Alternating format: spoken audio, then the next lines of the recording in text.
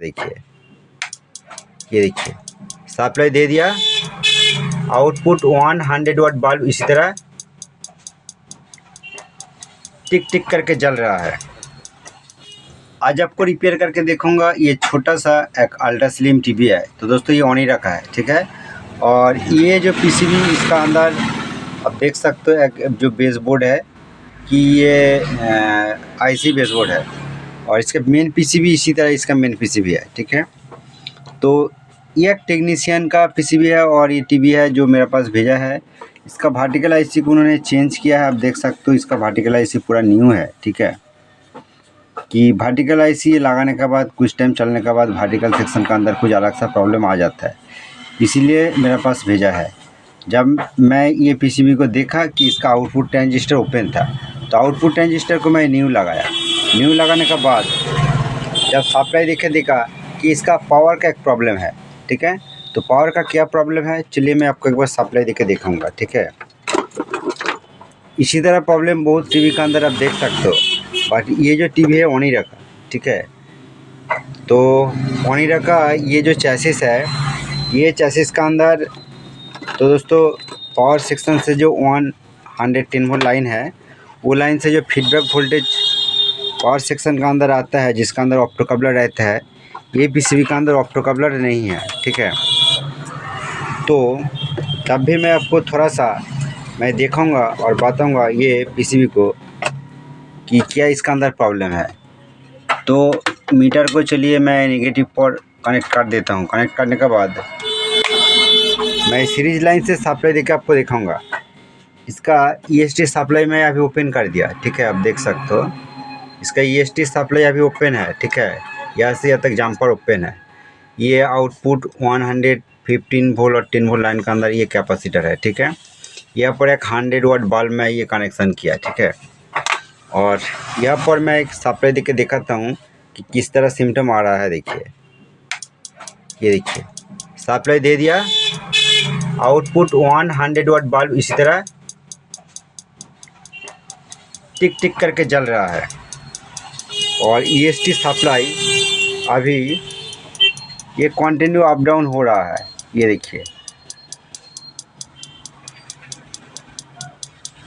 इसका आवाज़ भी आप सुन सकते हो, इसी तरह प्रॉब्लम हो रहा है। तो दोस्तों इसी तरह प्रॉब्लम, चलिए मैं सप्लाई ऑफ कर देता हूँ। तो इसी तरह प्रॉब्लम रिपेयर करने के लिए क्या करना पड़ेगा। तो जब मैं इसी तरह प्रॉब्लम देखा कि कुछ भी पीसीबी का अंदर एसटीआर सप्लाई का अंदर इसी तरह प्रॉब्लम आप देख सकते हो, तो जब ये प्रॉब्लम आएगा एसटीआर होगा तो कुछ भी एसटीआर हो सकता है। जिसका 1 नंबर पिन ये दोस्तों, चलिए मैं आपको इधर से दिखाता हूँ।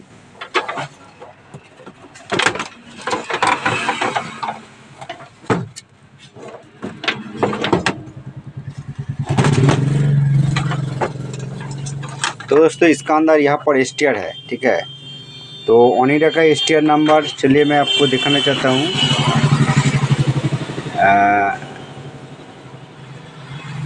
कैमरा के अंदर आ रहा है कि नहीं, ये देखिए G8656, ठीक है।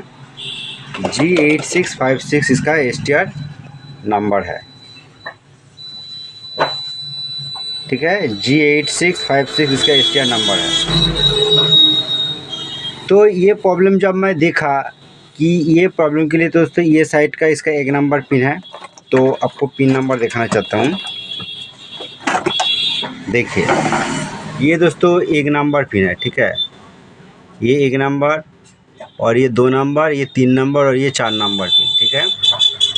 और दोस्तों ये 5 नंबर देखने का ज़रूरत नहीं है। ये जो 4 नंबर पिन है, ये पिन रिलेटेड वोल्टेज गड़बड़ देखेगा तो इसी तरह प्रॉब्लम हो सकता है, ठीक है। इसलिए मैं ये चैसिस का अंदर मैं सभी पार्ट्स को मैं एक एक करके अच्छा करके चेक करके देखा कि सभी पार्ट्स ओके है, बट ये पिन का अंदर वोल्टेज का गड़बड़ है, ठीक है। 4 नंबर पिन का अंदर वोल्टेज का गड़बड़ है। तो अलग अलग सब कुछ पार्ट्स को देखने के बाद सोचा कि एसटीआर का इंटरनल फॉल्ट हो सकता है, इसीलिए मैं इसका एसटीआर को मैं चेंज किया। अब देख सकते हो इसका ये STR है, STR को चेंज किया 8656। ये STR चेंज करने के बाद भी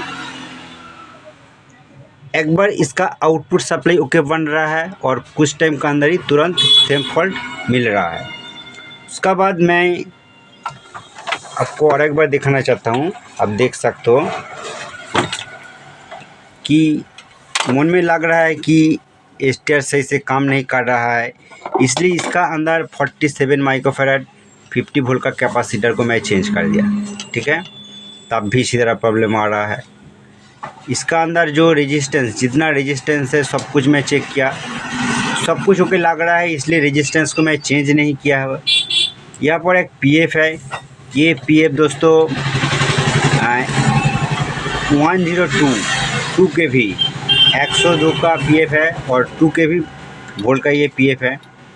ये PF थोड़ा सा काला हो गया था, इसलिए मैं ये PF को मैं चेंज किया, कैपेसिटर को चेंज किया, STR को चेंज किया। तब भी दोस्तों ये प्रॉब्लम सॉल्व नहीं हो रहा है, सेम तरह ही प्रॉब्लम आ रहा है। उसके बाद मन में सोचा कि पावर सेक्शन का अंदर ये जो कैपेसिटर है ये ऊपर से डैमेज लग रहा है, तो इसलिए मैं ये कैपेसिटर को मैं चेंज कर दिया, ठीक है। क्योंकि ये कैपेसिटर वीक हो जाएगा तो तब भी कुछ भी फॉल्ट आ सकता है पावर सेक्शन का अंदर। ये चेंज करने के बाद भी प्रॉब्लम सॉल्व नहीं हो रहा है, तो दोस्तों और क्या करना पड़ेगा। इसी तरह प्रॉब्लम कुछ भी टेक्नीशियन का पास आ सकता है। बट दोस्तों मैं बताना चाहता हूँ ये भी PCB है, अलग से टेक्नीशियन का ही PCB है, मेरे पास भेजा है पार्टिकल प्रॉब्लम को रिपेयर करने के लिए, और मैं देखा कि इसका पावर का मेन फॉल्ट है। पावर रिपेयर होने के बाद उसका बाद में अलग से वीडियो बनाऊंगा कि वर्टिकल सेक्शन का जो फॉल्ट है, ठीक है। तो दोस्तों ये चेंज करने के बाद सॉल्व नहीं हो रहा है। तो दोस्तों आप सोच सकते हो कि ये पावर सेक्शन का अंदर सब ऑल पार्ट्स, ठीक है, ओके है, तब भी फॉल्ट आ रहा है इसी तरह प्रॉब्लम। तो चलिए मैं ये प्रॉब्लम को आपका सामने ही मैं रिपेयर करके देखूँगा, क्योंकि मैं बहुत ढूंढने के बाद इसका जो मेन फॉल्ट है मैं निकाला, ठीक है। बट दोस्तों ऐसा नहीं है कि ये PCB के अंदर मैं आपको जो पार्ट्स चेंज करके बाद जो पार्ट्स आपको रिपेयर करके दिखाऊंगा, बट जो पोजीशन आपको रिपेयर करके दिखाऊंगा, कुछ भी टीवी के अंदर ये सेम प्रॉब्लम आ सकता है, ठीक है। बट मैं आपको जो बताऊंगा कि ये सेक्शन का अंदर जो STR होगा, कुछ भी पावर सप्लाई का अंदर जो STR मिलेगा, तो STR का 4 नंबर पिन रिलेटेड फॉल्ट रहता है, 4 number pin related parts problem रहता है, 4 नंबर पिन वोल्टेज प्रॉब्लम का वजह इस तरह प्रॉब्लम अधिकतर देखने को मिलता है।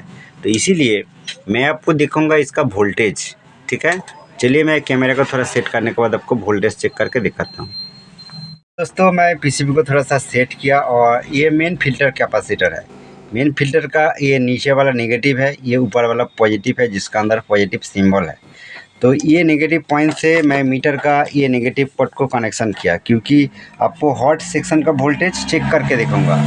हॉट सेक्शन मतलब क्या है, ये जो बॉर्डर है, बॉर्डर का अंदर, ठीक है, ये हॉट सेक्शन है, जिसका अंदर AC सप्लाई या पर AC सप्लाई इनपुट होता है, ये हॉट सेक्शन है। कूल सेक्शन का वोल्टेज अभी चेक करके नहीं दिखाऊंगा, जो पहले आपको दिखाया अभी चेक करके दिखाऊंगा हॉट सेक्शन का वोल्टेज, क्योंकि आपको बात है कि STR का 4 number pin related voltage problem हो जाएगा तो इसी तरह प्रॉब्लम आ सकता है, ठीक है। तो चलिए मैं दोबारा सप्लाई दे देता हूँ। EST सप्लाई अभी ओपन है, 100 वाट बल्ब कनेक्शन है। देखिए मैं सप्लाई दे दिया, सप्लाई वोल्ट कितना है 241 वोल्ट, ठीक है। और ये देखिए बल्ब ब्लिंक कर रहा है। देखिए कैपेसिटर पर वोल्टेज कितना है, मेन फिल्टर कैपेसिटर पर 325 वोल्ट इसी तरह वोल्टेज। और ये जो STR का 4 नंबर पिन का अंदर वोल्टेज कितना है, ये देखिए 12 वोल्ट। 4 नंबर पिन का अंदर वोल्टेज आ रहा है, बट 12 13 इसी तरह वोल्टेज, ये वोल्टेज दोस्तों डाउन है, ठीक है। यहाँ पर वोल्टेज कहाँ से आता है आपको ये देखना पड़ेगा। ये जो लाइन है बीच में, यहाँ पर एक रेजिस्टेंस है, यहाँ पर एक कैपेसिटर है, ये रेजिस्टेंस ओके है, ये कैपेसिटर मैं न्यू लगाया, ठीक है। बट यहाँ पर देखिए, यहाँ पर 2 डार्ट है, ये डार्ट का पास कितना वोल्ट है, यहाँ पर देखिए -5 वोल्ट। तो दोस्तों ये गलत है, यहाँ पर -5 वोल्ट 6 वोल्ट नहीं होना चाहिए, ये गलत है। और ये डायोड पर कितना वोल्ट, ये डायोड पर +6 वोल्ट, तो ये वोल्टेज भी डाउन है। तो क्यों डाउन है, चलिए और दिखाने का ज़रूरत नहीं है, मैं सप्लाई ऑफ कर देता हूँ। ऑफ करने के बाद आप दोबारा देखिए, जब पावर सेक्शन का अंदर प्रॉब्लम होगा, कैपेसिटर का अंदर चार्ज स्टोर रहता है, बट दोस्तों यहाँ पर देखिए चार्ज स्टोर नहीं है, ओनली 12 वोल्ट। जो पावर सेक्शन ओके होने का बाद इस तरह वोल्टेज देखा जाता है। जब पावर सेक्शन फॉल्ट हो जाता है तो ये वोल्टेज दोस्तों, पावर सेक्शन फॉल्ट हो जाएगा तो ये वोल्टेज स्टोर रहता है, बट ये चैसिस का अंदर वोल्टेज स्टोर नहीं है। इसी का बजाय आप मान सकते हो कि कैपेसिटर वीक हो सकता है, कैपेसिटर फॉल्ट हो सकता है, कैपेसिटर का अंदर चार्ज स्टोर नहीं रह सकता है, इसीलिए कैपेसिटर को मैं चेंज किया। बट दोस्तों कैपेसिटर चेंज करने का बाद भी इसी तरह प्रॉब्लम है, तो और क्या करना पड़ेगा। मैं आपको हर बार बताता हूँ कि ये सेक्शन का अंदर ऑल पार्ट्स ओके है, बट ये सेक्शन का अंदर ही फॉल्ट है। तो क्या फॉल्ट है, तो दोस्तों ये सबसे बढ़िया बात है। तो मन में एक बार सोचा कि चलिए मैं इसका अंदर मॉड्यूलर लगा के मैं इसका आदर्श सेट को देखूंगा कि ये सब कुछ ओके है कि नहीं है। बट अचानक मैं एक एक पॉइंट, ये जो फॉयल लाइन है, ये फॉयल लाइन को मैं ट्रेस किया, मतलब यहाँ से यहाँ तक ट्रेस किया, यहाँ से यहाँ तक ट्रेस किया, यहाँ से ये सब अलग अलग पॉइंट को मैं यहाँ से यहाँ तक टेस्ट किया, यहाँ से यहाँ तक टेस्ट किया, पूरा पॉइंट को इसी तरह टेस्ट करते करते मैं देखा कि ये जो पॉइंट है, ठीक है, ये इधर से 1 2 3 4 और ये 5 नंबर पिन, ठीक है, और ये 6 नंबर पिन। तो ये 5 नंबर पिन का साथ ये जो लाइन है, ये लाइन डिस्कनेक्ट मिला, ठीक है, डिस्कनेक्ट मतलब यहाँ से यहाँ तक कुछ भी कॉन्टिन्यूटी देखने को नहीं मिल रहा है। तो क्या करना पड़ेगा, चलिए मैं आपका सामने अभी मेजर करके नहीं दिखाऊंगा, शॉर्ट करके दिखाऊंगा, ठीक है। तो इसीलिए एक छोटा सा वायर ले लेता हूँ, ठीक है। मैं इसी तरह क्रिटिकल प्रॉब्लम का ऊपर, तो दोस्तों मैं प्रैक्टिकली दिखाना चाहता हूँ कि आपका मन में कुछ भी डाउट ना आ जाए और आपका मन में कभी ना चले कि ये फेक वीडियो है, ठीक है। मैं कभी फेक वीडियो नहीं बनाता हूँ, बहुत कोशिश करने के बाद, बहुत ढूंढने के बाद, टाइम लगाने के बाद दोस्तों जो प्रॉब्लम मिलता है मैं वही आपको शेयर करता हूँ। देखिए मैं एक वायर ले लिया, वायर को मैं यहाँ पर कनेक्ट कर दिया, यहाँ से मैं यहाँ तक, देखिए यहाँ तक कनेक्ट कर दिया, ठीक है। तो चलिए मैं अच्छा करके कनेक्ट कर देता हूँ, क्योंकि दोबारा ये ओपन नहीं करूँगा। कनेक्ट करने के बाद चलिए मैं सप्लाई दे देता हूँ, ठीक है। तो दोस्तों देखिए सप्लाई दे दिया और टिक टिक आवाज़ नहीं है, और वोल्टेज भी आपको टेस्ट करके दिखाऊंगा, ठीक है। ये जो 4 नंबर पिन है, इसका अंदर वोल्टेज अभी कितना है देखिए, 30 वोल्ट, 32 वोल्ट के आसपास। और ये जो डायोड है यहाँ पर माइनस वोल्ट मिल रहा था, यहाँ पर अभी वोल्टेज देखिए, ये देखिए 18 वोल्ट आ रहा है, ठीक है। चलिए मैं आपको दोबारा दिखाता हूँ क्लियर करके, ये देखिए 18 वोल्ट आ रहा है यहाँ पर, ये नीचे वाला डायोड का अंदर, और ऊपर वाला डायोड का अंदर कितना वोल्ट आ रहा है, ये देखिए 32 वोल्ट आ रहा है। और बल्ब देखिए दोस्तों, ये देखिए बिल्कुल ओके जल रहा है। तो ये वोल्टेज आपको दिखाने के लिए इसका सेकेंडरी साइड का नेगेटिव पकड़ के ये मीटर कॉर्ड को सेकेंडरी साइड का अंदर लगा के आपको दिखाना पड़ेगा। तो ये हॉट सेक्शन का अंदर है, यहाँ पर टच करने के बाद आपको बहुत झटका मारेगा, करंट मारेगा, ठीक है।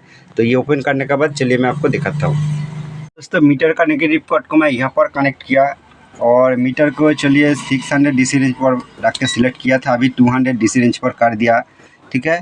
और PCB का जो कनेक्शन जिस तरह था सब कुछ सेम ही है। तो चलिए मैं यहाँ पर सप्लाई दे देता हूँ। देखिए सप्लाई दे दिया, बल्ब बिल्कुल ओके जल रहा है, कुछ भी ब्लिंकिंग नहीं है। यहाँ पर जो EST सप्लाई लाइन अभी ओपन है, यहाँ पर वोल्टेज देखिए 115 वोल्ट बिल्कुल ओके बन रहा है।